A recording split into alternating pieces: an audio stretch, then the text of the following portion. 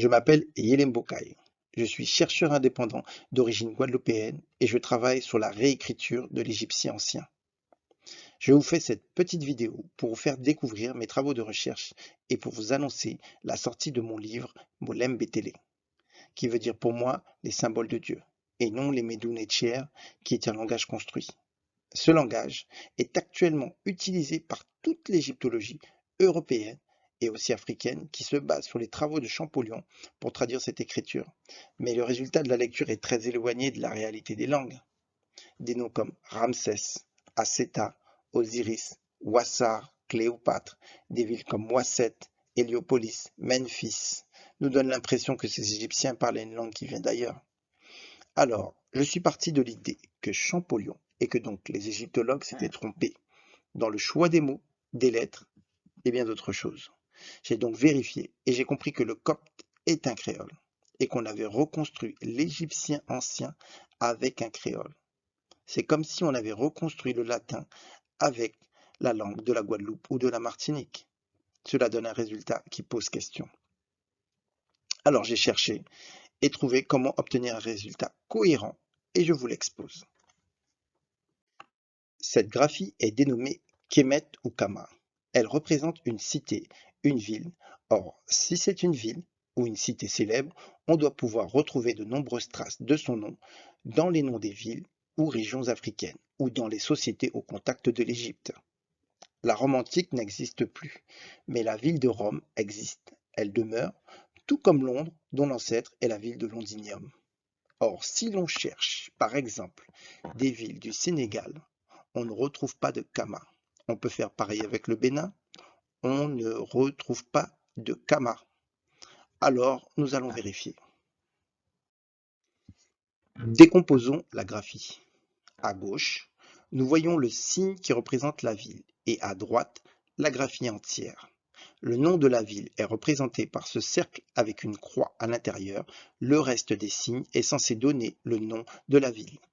Donc, cette graphie est composée d'une partie lecture et d'une partie qui signale au lecteur ce lieu est une ville. Reprenons. La lecture est effectuée avec le morceau de charbon et le hibou. Et ce qui identifie l'objet est le cercle avec la croix à l'intérieur appelé déterminatif.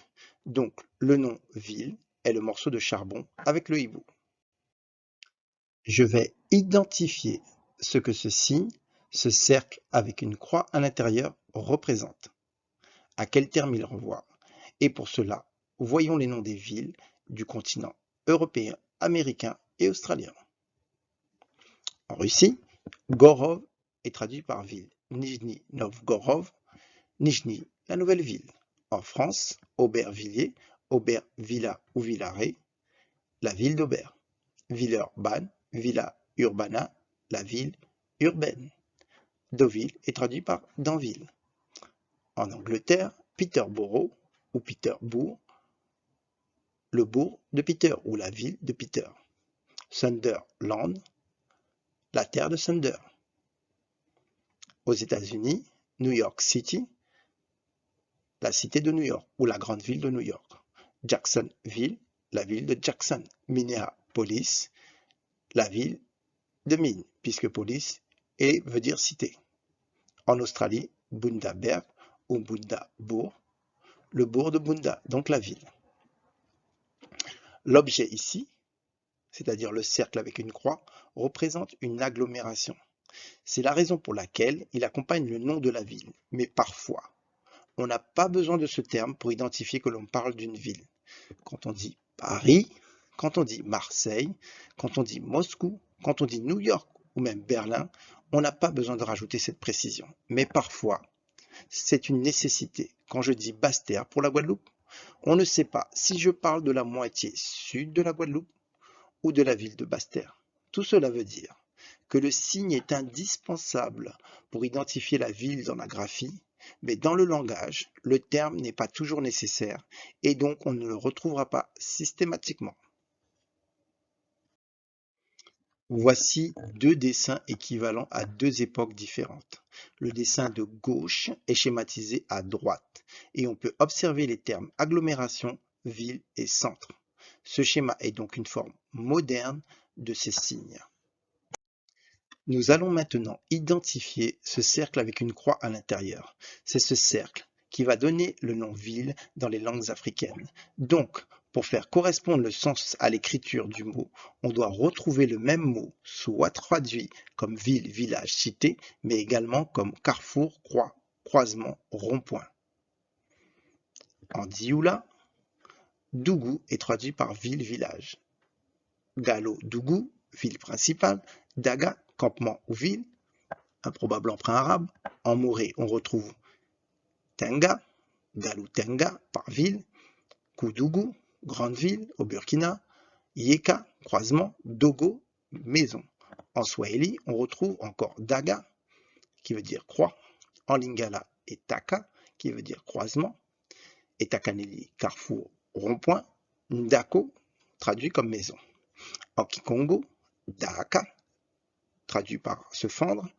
Etakika, par croisée, obliquité. En Wolof, on retrouve Dek pour ville et la ville de Dakar. Une racine Dougou ou Daga semble se dessiner. Et pour désigner le terme le plus ancien, le terme primaire, donc qui arrivera en premier, ma méthode est simple. Il s'agit de trouver le terme le moins abstrait et le plus simple, donc celui traduit par croix ou croisement, mais aussi par fendre. Ce qui veut dire que les langues les plus anciennes sont ici le Lingala, le Kikongo et le Swahili. Ce terme primaire est Daga, Etaka ou Daka. Maintenant que nous avons identifié la racine correspondant au mot de la ville, de la croix, du croisement et tout ce qui s'y rapproche, nous allons faire correspondre cette racine au terme du charbon, des minerais et du sol. En moré, zéogon, charbon, taogon, mode de terre, tandaga, morceau de terre, tenga, terre terrestre. En lingala, ndeke, mine d'or et de charbon, ndeke, minerai, ndoko, traduit par goudron. En Kikongo, Nteke, terre glaise bout limon, mortier. Toko, terre, mode de terre. Toto, terre noire, humide, vaseuse. En Swahili, on retrouve le terme udongo, sol, terre, argile. En dioula, Dougou, ma, par terre, sol. Dougou, kolo, terre, sol, globe terrestre. Cette fois-ci, c'est le mot dogo, doko, qui mute en dougou en dioula, qui se retrouve dans les mots retrouvés. Néanmoins, ce n'est pas uniquement le charbon qui illustre ce terme, mais également les éléments qui composent le sol. Comme pour les dessins précédents, continuons à faire correspondre les termes du croisement, de la croix, du charbon, de la ville aux termes qui s'approchent du hibou. En moré, nous retrouvons dougré, charognard, dit togo, supporté, en lingala, ndeke, oiseau volatile, koekama, s'appuyer sur, s'adosser sur, percher sur une branche. En Kikongo, dougi ou douka, par oiseau. Dika, tige autour de laquelle les bananes se trouvent suspendues. Dekama, être pendant. Kaka, un très grand hibou. En Swahili, ndege est traduit par oiseau ou présage. Tege, mea, s'appuyer sur. En dioula, nous retrouvons douga pour charognard ou vautour. Dougou, tilane, pour minuit, tard la nuit. Le terme hibou n'est pas retrouvé, mais les actions de cet oiseau, être suspendu, être appuyé, sont présents dans le mot racine deke. Encore une fois, on retrouve dege ou ndeke, comme pour le charbon en lingala. Nous sommes donc sur la bonne voie, car le sens d'oiseau est relié à la prononciation de la ville, de la croix, du charbon, donc à la lecture de la graphie. Voyons maintenant si on retrouve une référence au noir avec les correspondances précédentes. Les mots doivent correspondre à Daga et Deke. En lingala, on retrouve le mot ndoko qui est traduit par goudron. En kikongo, doka éteint, dinga, dinga, nsi, minuit, ntoko bu, toto, terre noire. En dioula, dougou tilan, tard la nuit, tigin, fourmi noire. En moré, diga, très noir, noir intense, dougou, goué, qui est traduit par aube. On remarque donc que le squelette consonantique Deka ou DG restent le même et les mots Diga et Doko représentent bien le noir intense. Il y a donc homonymie du squelette consonantique, seules les voyelles changent le sens. J'en conclus que le nom de l'Égypte est le lingala Ndoko traduit par goudron, comme le nom des Dogons du Mali, ou précisément Ndoko Ndaka, la ville de la terre noire. Cette prononciation peut être Dougou comme en Dioula. Bien sûr, ce n'est pas Daka car le signe de la galette de pain, que je n'expliquerai pas ici, renvoie à un changement de son. On passe donc de Daka à Doko, ce qui confirme le changement de sens par les voyelles. Vérifions maintenant si les villes et régions africaines se retrouvent dans l'ensemble des mots énoncés précédemment.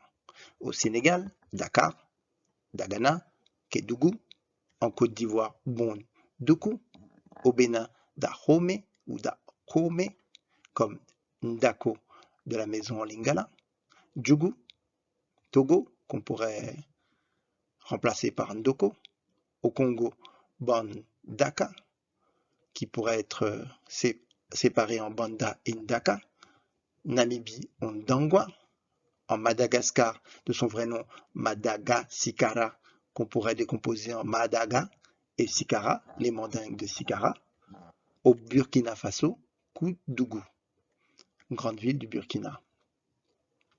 Les deux mots retrouvés correspondent à Dagadaka et Doko, parfois prononcé Dougou, donc le premier renvoie à la ville et l'autre à la couleur noire.